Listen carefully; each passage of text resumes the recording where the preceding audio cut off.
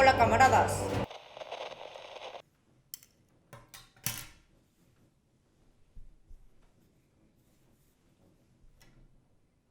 Como tal vez hayáis visto, en el Mundial de Qatar 2022, Corea del Sur ha conseguido llegar hasta los octavos, perdiendo finalmente ante Brasil.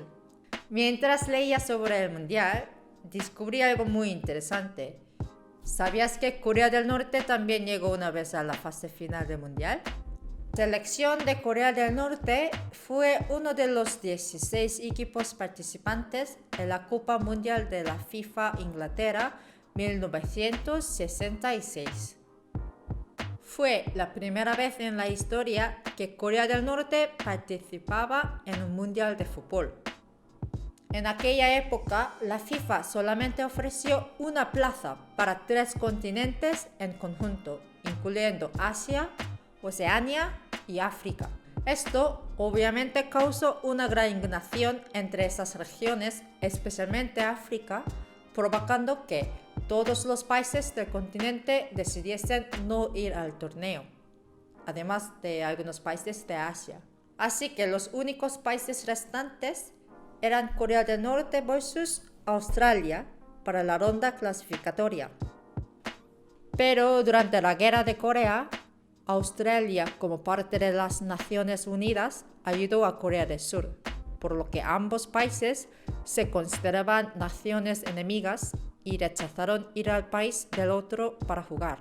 Finalmente, la FIFA tuvo que escoger un país neutral para que fuese anfitrión del partido, en este caso Camboya. Los australianos iban mucho más relajados que los norcoreanos, que se habían estado preparando durante mucho tiempo con el objetivo de satisfacer el sueño del gran líder Kim Il-sung, quien quería demostrar la fortaleza de su ideología Juche o autoconfianza en español al mundo entero ganando ese partido.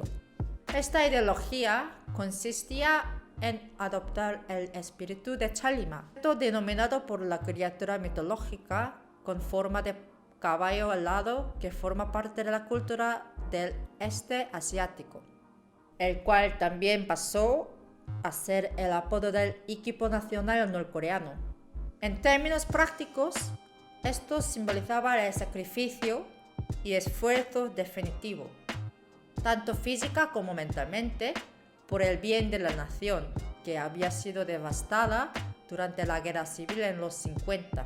Con ese mismo espíritu, el equipo norcoreano saltó al campo de juego y derrotó a los australianos por 6-1 en el primer juego y 3-1 en el segundo. Aunque Corea del Norte llegó a la fase de grupos, la gente no esperaba demasiado del país norcoreano. De hecho, en una época en la que las apuestas deportivas eran legales en Inglaterra, las casas de apuestas estimaban la probabilidad de que Corea del Norte ganase en un 1%, siendo la que menos probabilidades tenía entre los 16 equipos clasificados. En la fase de grupos, Corea del Norte se enfrentó a su hermano mayor comunista, la Unión Soviética, perdiendo por 0-3.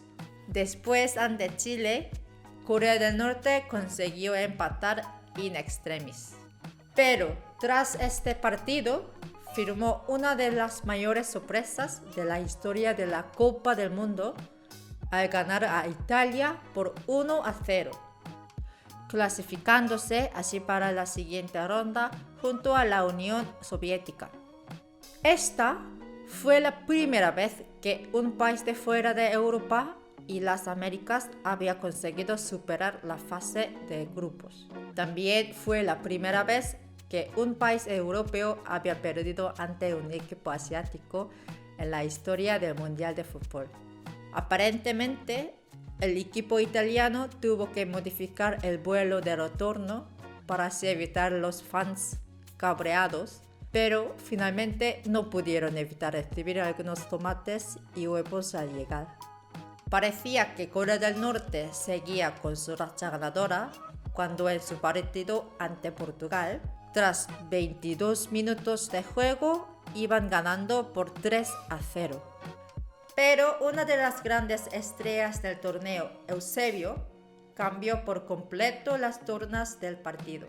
El jugador brasileño consiguió anotar 4 goles junto al quinto de José Augusto en el minuto 68, completando la remontada que hizo ganar a Portugal por 5-3.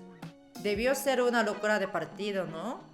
Antes de acabar, otro hecho interesante es que años después se descubrió que la Oficina de Extranjería de Reino Unido había recibido un comunicado que pedía rechazar los visados de los jugadores norcoreanos, para así evitar problemas con Corea del Sur, a quien reconocían como la Corea legítima.